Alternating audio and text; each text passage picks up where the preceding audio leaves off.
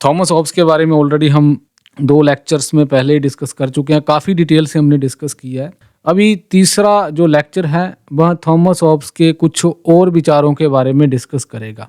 हालांकि आप ये मत समझिएगा कि अगर मैं तीसरा लेक्चर बना रहा हूँ तो इसमें मैं अलग से बात करूँगा हॉब्स की या नए आइडियाज़ की बात करूँगा। उनके आइडियाज़ आपस में जुड़े हुए हैं, तो हो सकता है कि मैं जो नए आइडियाज़ आपको बता रहा हूँ वो पिछले आइडियाज़ के साथ कनेक्टेड हो, तो आपने उस चीज़ को कन्फ्यूज़ नहीं करना यहाँ पे।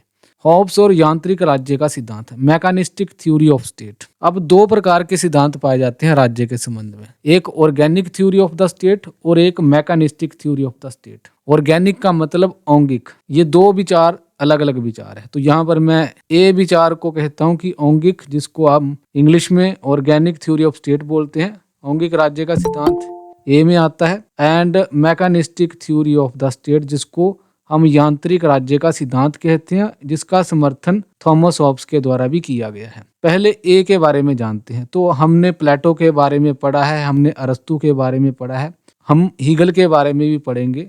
तो इन विचारकों के द्वारा राज्य की प्रकृति आंगिक बताई गई है, ऑर्गेनिक थ्योरी बताई गई है। ऑर्गेनिक थ्योरी का मतलब क्या है? जैसे कि एक इंसान होता है, उसकी बॉडी के कुछ हिस्से होते हैं। एक इंसान होता है, उसकी बॉडी के कुछ हिस्से होते हैं, जैसे उसका सिर है, उसकी बाजुएं हैं, उसके पैर हैं। आदमी के जितने भी जो अंग होते हैं उनका महत्व इसलिए है क्योंकि वह एक शरीर का हिस्सा है। अगर मान लीजिए कि किसी व्यक्ति का हाथ कट जाता है या उसकी टांग कट जाती है, तो उस स्थिति में एक पर्टिकुलर स्पैन के अंदर उस टांग को अगर जोड़ दिया गया तब तो जोड़ दिया गया, परंतु अगर वो टांग कट जाती है तो कुछ समय बाद वो टांग डैमेज हो जाएगी। तो हो सकता है कि वो इंसान जिंदा बच जाए, एक टांग के साथ भी रह ले, या फिर उसका एक हाथ नहीं है वो उसके साथ भी रह ले, परंतु जो कटा हुआ पार्ट है उसकी कोई रेलिवेंस नहीं है, उसकी कोई सिग्निफिकेंस नहीं है, वो खत्म हो जाएगा।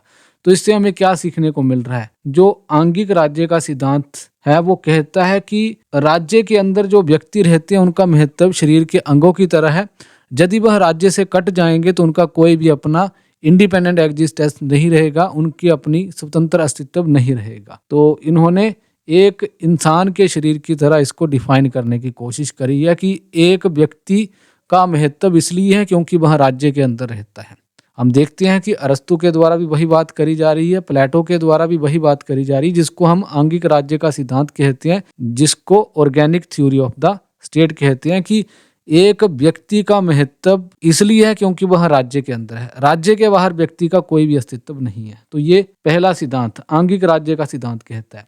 परंतु हॉब्स के द्वारा जिस राज्य के सिद्धांत का समर्थन किया जाता है उसको मैकेनिस्टिक थ्योरी ऑफ स्टेट कहा जाता है, यानी कि यांत्रिक राज्य का सिद्धांत। यांत्रिक राज्य का सिद्धांत कहता है कि जिस प्रकार से एक मशीन होती है, जैसे कि एक आप मोटरसाइकिल रख लीजिए, मोटरसाइकिल के बहुत सारे पार्ट होते हैं, there are multiple parts of the bike. तो उस बाइक के बहुत सारे हिस्से होते हैं, जैसे उसके टायर हैं, उसकी लाइटें हैं, उसका हैंडल है, उसकी टंकी है, उसकी सीट है। यांत्रिक राज्य का सिद्धांत कहता है कि एक पूरी मशीन का महत्व इसमें है कि उसके अलग अलग पार्ट उसके साथ जुड़े हुए हैं। मान लीजिए कि एक बाइक से एक टायर पिछला हटा दिया जाए तो क्या वो बाइक चल पाएगी? नहीं चल पाएगी। अगर दोनों टायर हटा दिए जाएं तो बिल्कुल भी नहीं चल पाएगी। अगर इंजन बाइक से निकाल दिया जाए, यानी कि बाकी पार्ट्स हम रहने देते हैं, अगर इंजन बाइक से निकाल लिए जाए तो बाइक फिर भी नहीं चलेगी। अगर हैंडल बाइक से हटा दिया जाए तो क्या बाइक चल पाएगी? नहीं चल पाएगी। अगर लाइट बाइक से हटा दी जाए तो रात को शायद ही बाइक कोई चला पाए, अगर कोई चलाता भी है तो वो पक्का खाई में गिरेगा। तो क्या है, यहाँ पर एक एक पार्ट का अपना महत्व है। मैकेनिस्टिक थ्योरी ऑफ स्टेट वो कहते हैं कि राज्य एक यंत्र की तरह है जिसका महत्व व्यक्तियों के कारण है, और एक एक व्यक्ति मिलकर राज्य को बनाता है, इसलिए व्यक्तियों के द्वारा राज्य को बनाया गया है। और यदि व्यक्ति एग्जिस्टेंस में रहते हैं तभी राज्य का महत्व है, ना कि यदि राज्य अस्तित्व में रहता है तब व्यक्तियों का महत्व है। यांत्रिक राज्य के सिद्धांत के अनुसार व्यक्ति एक साध्य है और राज्य एक साधन है। परंतु जब दूसरी तरफ हम ऑर्गेनिक थ्योरी ऑफ स्टेट यानी कि आंगिक राज्य के सिद्धांत की तरफ जाते हैं, जिसमें एक मनुष्य के शरीर की तरह राज्य को बताया गया है, जिसमें कहा गया कि एक व्यक्ति का महत्व इसलिए है क्योंकि वह एक राज्य का हिस्सा है, और यदि कोई शरीर का अंग अलग हो जाता है तो वह अपने अस्तित्व को खो देता है। जैसे किसी व्यक्ति की टांग कट जाती है तो वह डैमेज होगी, तो पूरा शरीर तो बच भी जाएगा परंतु वो टांग क्या है, डैमेज होगी। तो इस सिद्धांत के अनुसार, आंगिक राज्य के सिद्धांत के अनुसार व्यक्ति साधन है और राज्य साध्य है। परंतु जब दूसरी तरफ हम यांत्रिक राज्य के सिद्धांत की तरफ जाते हैं, वो कहते हैं कि व्यक्ति साध्य है और राज्य एक साधन है। तो दोनों ही एक दूसरे के उल्टा बात करते हैं, अपोजिट बात करते हैं। थॉमस हॉब्स के द्वारा यांत्रिक राज्य के सिद्धांत का समर्थन किया गया है। अब थॉमस हॉब्स को पढ़ने के साथ ही हम यांत्रिक राज्य के सिद्धांत को भी समझ गए हैं और आंगिक राज्य के सिद्धांत को भी समझ गए। थॉमस हॉब्स के बारे में हमने ऑलरेडी बहुत सारी चीज़ें जान ली हैं। इनके द्वारा राज्य को यांत्रिक राज्य कहा गया, मैकेनिस्टिक थ्योरी ऑफ स्टेट का इनके द्वारा समर्थन किया गया है। अब ये यांत्रिक राज्य का सिद्धांत क्या कहते हैं, इसको थोड़ा स्क्रॉल डाउन करते हैं एंड फिर देखते हैं क्या कहा है इसके बारे में। तो वही जो मैंने पॉइंट्स आपको बताए हैं वही सारी चीजें आएंगी। हॉब्स ने राज्य को एक कृत्रिम मशीन कहा है, आर्टिफिशियल मशीन। आर्टिफिशियल का मतलब क्या है कि ये मशीन व्यक्तियों के द्वारा बनाई गई है। व्यक्तियों के बिना राज्य का कोई भी अस्तित्व नहीं है, व्यक्तियों के बिना सरकार का कोई भी अस्तित्व नहीं है।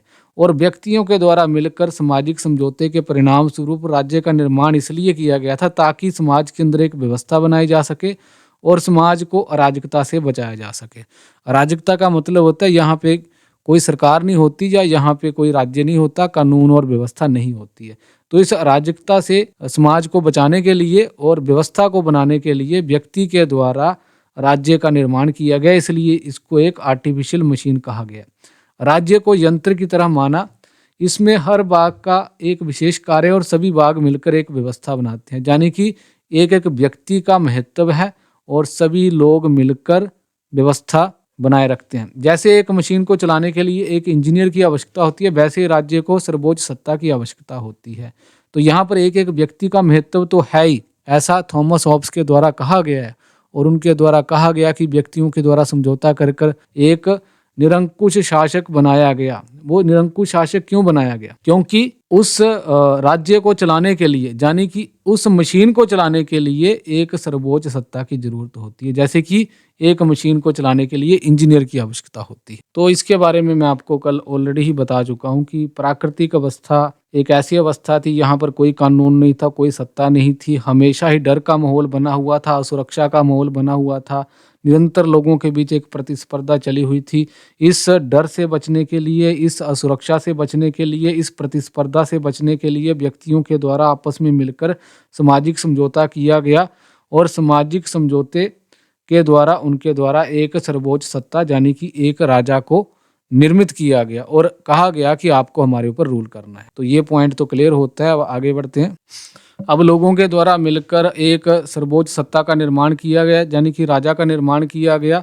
राजा को यहाँ पर राज्य का हम सिर कह सकते हैं कि इस सिर के द्वारा पूरे बॉडी के ऊपर, जैसे हमारा माइंड होता है जो हमारी बॉडी के ऊपर रूल करता है, लाइकवाइज एक राज्य के अंदर एक राजा एक सिर की तरह काम करेगा जो कि पूरे राज्य को रूल करेगा और राजा के पास पूर्ण अधिकार होंगे, पूर्ण शक्ति होगी ताकि वह कानून और व्यवस्था बनाए रखे। अब ये जो शक्ति राजा को मिली है यह किसी परमात्मा के द्वारा नहीं दी गई, जिसके बारे में मैंने कल ही आपको बताया है, divine origin of the state, राज्य की उत्पत्ति का दैवीय सिद्धांत है। यानी कि राज्य की उत्पत्ति का दैवीय सिद्धांत कहता है कि राजा को भगवान के द्वारा बनाया गया है, परंतु हॉब्स के द्वारा इस विचार को नकारा गया और कहा गया कि राजा को किसी भी भगवान के द्वारा नहीं बनाया गया बल्कि शासितों के द्वारा, यानी कि लोगों के द्वारा मिलकर एक समय पे आकर समझौता करने के बाद राजा का निर्माण किया गया। तो ये हमने थॉमस हॉब्स की जो यांत्रिक राज्य की प्रकृति थी उसके बारे में मुझे लगता है कि ये मोर देन इनफ है, ये काफ़ी है। अब इसमें थोड़ा सा आगे बढ़ते हैं।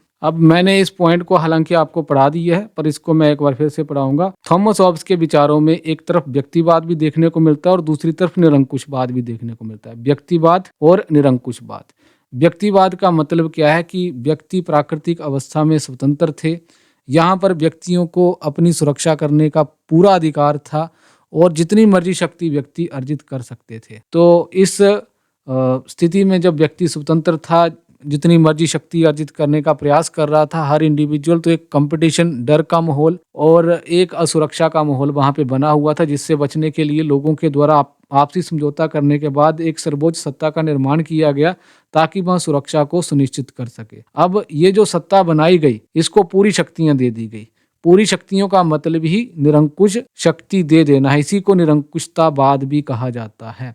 अब ये राजा निरंकुश क्यों बनाया गया? राजा निरंकुश इसलिए बनाया गया क्योंकि उसको पूरे समाज के अंदर व्यवस्था बनानी थी। व्यवस्था बनाने के लिए उसका शक्तिशाली होना बहुत जरूरी था। यदि राज्य कमजोर हो जाए तो व्यक्ति अपनी स्वतंत्रता और सुरक्षा दोनों खो देंगे। यदि राजा को इतनी शक्ति नहीं दी जाती तो लोग इजीली राजा को रिप्लेस कर देते, जिसके कारण फिर से व्यक्ति प्राकृतिक अवस्था में लौट जाता। सो दैट इज वाई लोगों के द्वारा मिलकर एक निरंकुश राजा का निर्माण किया गया। इसलिए हम कह सकते हैं कि हॉब्स के विचारों में एक तरफ ये कहा जाता है कि व्यक्तियों के द्वारा आपसी समझौता कर कर एक एक व्यक्ति के महत्व के कारण समझौता करने के बाद राजा का निर्माण किया गया। जब व्यक्तियों के द्वारा मिलकर किया गया तो यह व्यक्तिवाद का सूचक है, परंतु जब लोगों के द्वारा एक ऐसे राजा का निर्माण कर दिया गया जो निरंकुश है, वह निरंकुशतावाद का सूचक है, जिसको इंग्लिश में एब्सोल्यूटिज्म कहते हैं।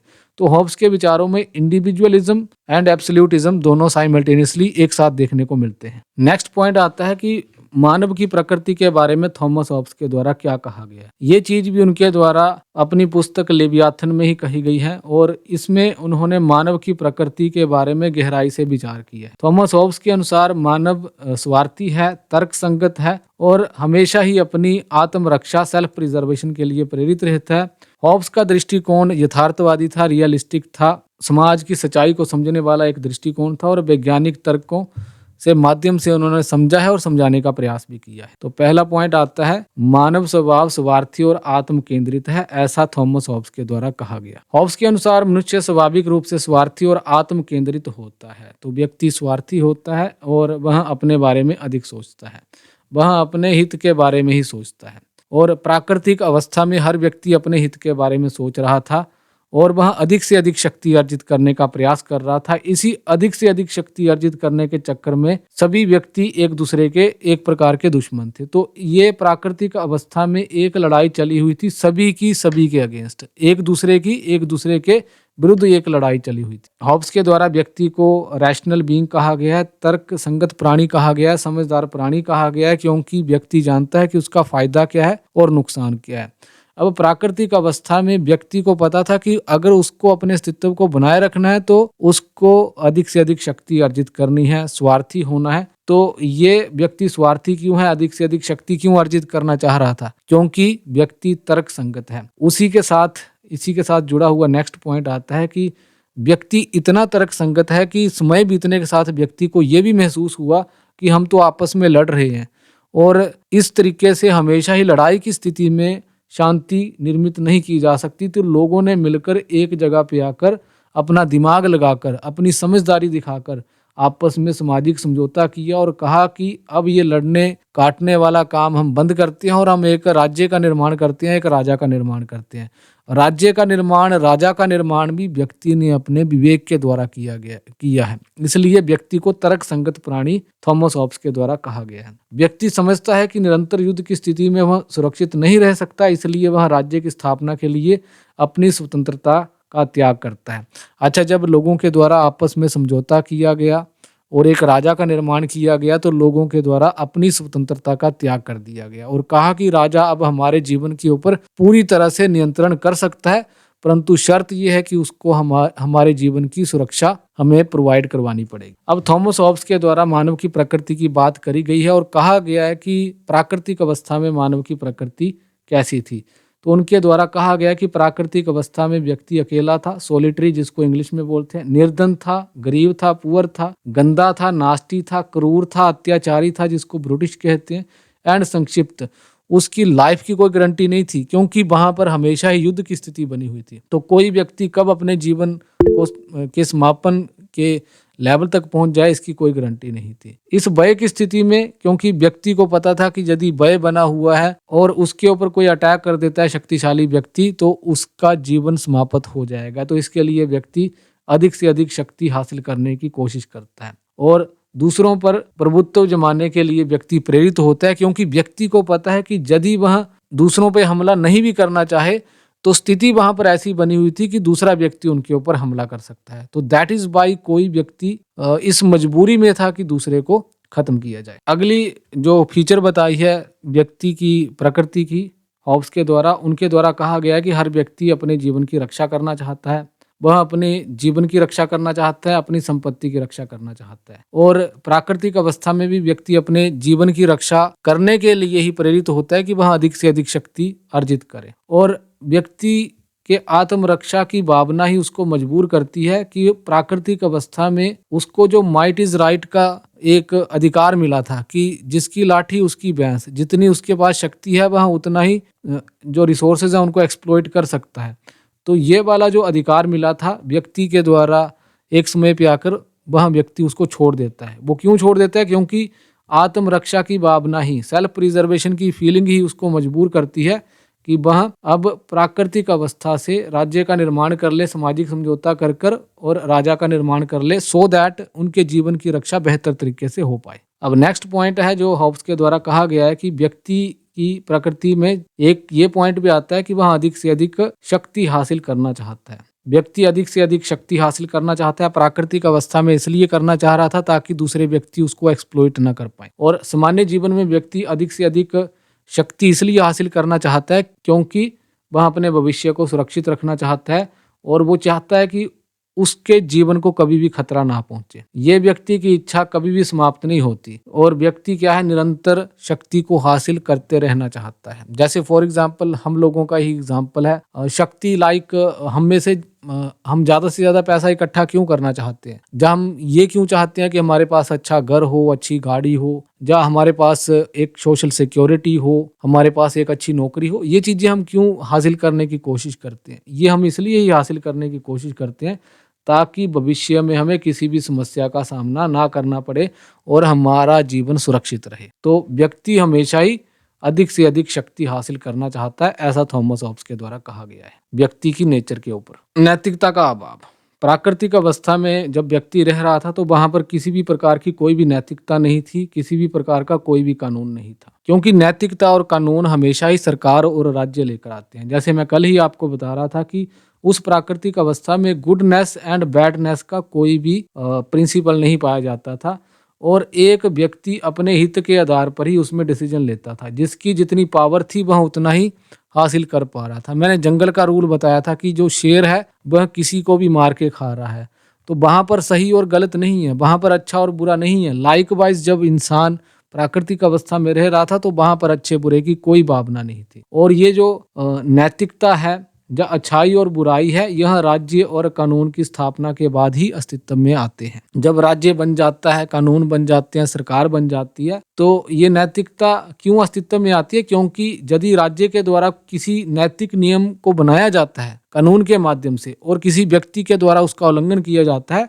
तो राज्य के द्वारा सजा भी तो दी जाती है। तो इस तरीके से सजा देने का जो प्रावधान था वह प्राकृतिक अवस्था में किसी के पास नहीं था। वहां पर माइट इज राइट का रूल था, जिसकी लाठी उसकी भैंस, जिसके पास जितनी शक्ति है वो जितना मर्जी अर्जित कर सकता था। ये वाला प्रिंसिपल वहां पे चलता था। तो निष्कर्ष के तौर पे हम कह सकते हैं कि हॉब्स के द्वारा मनुष्य को स्वार्थी कहा गया है, तर्क संगत कहा गया है, समझदार प्राणी कहा गया है, अपनी रक्षा करने वाला प्राणी कहा गया है। प्राकृतिक अवस्था में व्यक्ति को अराजकता और असुरक्षा का सामना करना पड़ता था। इसी असुरक्षा और अराजकता से बचने के लिए व्यक्ति के द्वारा सामाजिक समझौता किया गया, क्योंकि जैसे मैं पहले कह चुका हूं कि व्यक्ति समझदार प्राणी है, तो उसको लगा कि मुझे इस डर के माहौल में रहना ही क्यों है, क्यों ना मैं एक शक्तिशाली राजा को समझौता करके बना दूं। तो सभी लोगों ने अपने आपस में समझौता किया और एक राजा का निर्माण किया।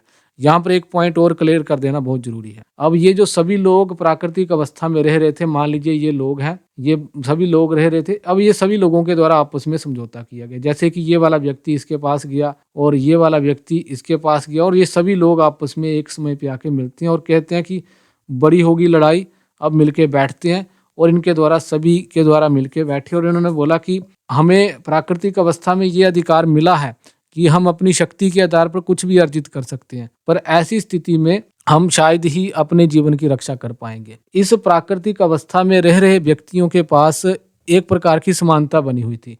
जैसे कि अगर कोई एक व्यक्ति शारीरिक रूप से बलशाली था तो दूसरा मानसिक रूप से बलशाली था। यदि ये शारीरिक रूप से बलशाली व्यक्ति अगर मानसिक रूप से बलशाली व्यक्ति के ऊपर रूल करना चाह रहा था तो ये दिमाग लगाकर इसको पराजित करने की क्षमता भी रखता था। तो इससे हम ये समझते हैं कि एक बुद्धिमान व्यक्ति जो शारीरिक रूप से कमजोर था वह एक शारीरिक रूप से शक्तिशाली व्यक्ति को पराजित कर सकता है। कैसे कर सकता है? जैसे मान लीजिए कि आपके पास कोई एक बलशाली व्यक्ति आता है और कहता है कि देखिए मेरी जो फिजिकल स्ट्रेंथ है वो कितनी ज़्यादा है, आपको मुझसे डर के रहना है। हो सकता है कि वहां पर एक पतला सा व्यक्ति वो कहे कि मैं तेरे से नहीं डरता, तो अब वो बलशाली व्यक्ति जैसे ही उसकी तरफ बढ़ेगा तो हो सकता है कि उस पतले व्यक्ति के हाथ में कोई हथियार हो, कोई गन हो, वो उसके ऊपर गोली चला दे। तो यहाँ से हमें क्या सबक सीखने को मिल रहा है? यहाँ से हमें ये सबक सीखने को मिल रहा है कि जरूरी नहीं है कि शारीरिक रूप से जो कम शक्तिशाली होंगे वह शारीरिक रूप से कमजोर व्यक्तियों के ऊपर रूल कर लेंगे। तो प्राकृतिक अवस्था में इस तरीके से शारीरिक रूप से शक्तिशाली व्यक्तियों के लिए भी बहुत मुश्किल था कि वह अपनी शक्ति के आधार पर समाज के पूरे संसाधनों के ऊपर या फिर उस अवस्था में रह रहे लोगों के ऊपर पूरी तरह से नियंत्रण कर सकें। तो एक प्रकार की अराजकता की स्थिति थी, एक प्रकार के डर की स्थिति थी, एक भय का माहौल वहां पे बना हुआ था। तो ये सभी लोग आपस में इकट्ठा होते हैं और कहते हैं कि ऐसा करते हैं कि अब इस अराजकता से बचते हैं और इस असुरक्षा से बचते हैं। हमारे पास दिमाग है, हम तर्क संगत प्राणी हैं, इसलिए अब हम एक राजा का निर्माण करते हैं। तो ये सभी लोगों के द्वारा समझौता किया गया। इस समझौते में ऐसा नहीं था कि इनके साथ राजा भी बैठा हुआ था, नहीं, बिल्कुल भी नहीं। इन सभी ने आपस में समझौता किया और कहा कि हमारे समझौते का परिणाम क्या है? ये राजा है। हमने एक राजा का निर्माण कर दिया, एक समाज का निर्माण कर दिया, एक राज्य का निर्माण कर दिया। अब ये जो राजा है वह समझौते का परिणाम है। राजा समझौते का भाग नहीं था, यानी कि राजा इन लोगों के साथ बैठकर समझौता नहीं कर रहा था। समझौता इन व्यक्तियों के द्वारा ही किया गया है, परंतु इन्होंने राजा का निर्माण किया, उसके बाद राजा इनका हिस्सा नहीं था। अब इन्होंने राजा को बोला कि आपके पास निरंकुश शक्ति है, हम ऐसा करते हैं कि हमारे पास जो प्राकृतिक अधिकार था कुछ भी अर्जित करने का अपनी शक्ति के आधार पर, उस अधिकार का हम त्याग करते हैं। अब सारी शक्ति एक राजा के पास होगी, राजा निरंकुश होगा, राजा सामाजिक व्यवस्था को बनाने के लिए कुछ भी कर सकता है। तो ये समझौता थॉमस हॉब्स के द्वारा कहा गया है। तो फिर व्यक्तियों के द्वारा एक राजा का निर्माण करने के बाद राज्य अस्तित्व में आता है, ऐसा थॉमस हॉब्स के द्वारा कहा गया। तो यही तर्क संगतता व्यक्ति को मजबूर करती है कि वह एक समझौता करें, और समझौता करने का भी मेन पर्पस था व्यक्ति की आत्म सुरक्षा करना, ताकि व्यक्ति की आत्मरक्षा बेहतर तरीके से हो। इसके आगे का पॉइंट आता है, जैसे कि जॉन लॉक के द्वारा दो प्रकार के समझौते किए गए थे, थॉमस हॉब्स के द्वारा एक ही समझौते की बात करी गई है।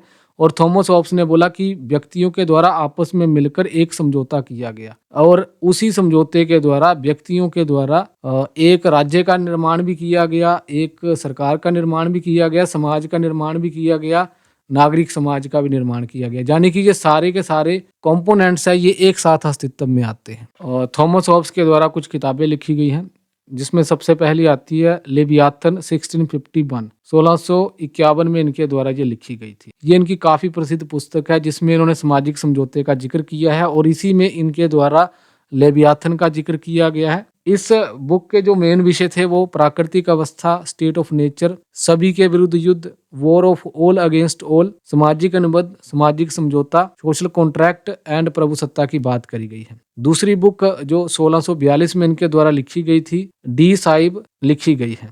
तीसरी बुक डी कॉर्पोर 1655 में इनके द्वारा लिखी गई है। डी होमाइन 1658 में इनके द्वारा लिखी गई है। The elements of law, natural and politics 1640 में इनके द्वारा लिखी गई। वेहीमोथ 1681 में इनके द्वारा लिखी गई। A dialogue between a philosopher and a student of the common laws of England 1681 में लिखा गया। An answer to bishop Bramhall 1656 में लिखी गई। तो बहुत सारी किताबें लिखी गई हैं, जिसमें सबसे जो मशहूर किताब है वहाँ लेवियाथन है, और डी साइब 1642 में लिखी गई है, इसकी डेट आप याद कर सकते हैं, एंड डी कॉर्पोर 1655 में। तो ये तीन किताबें शुरू की हैं, ये काफ़ी इंपॉर्टेंट है, तो आप इनको याद कर सकते हैं।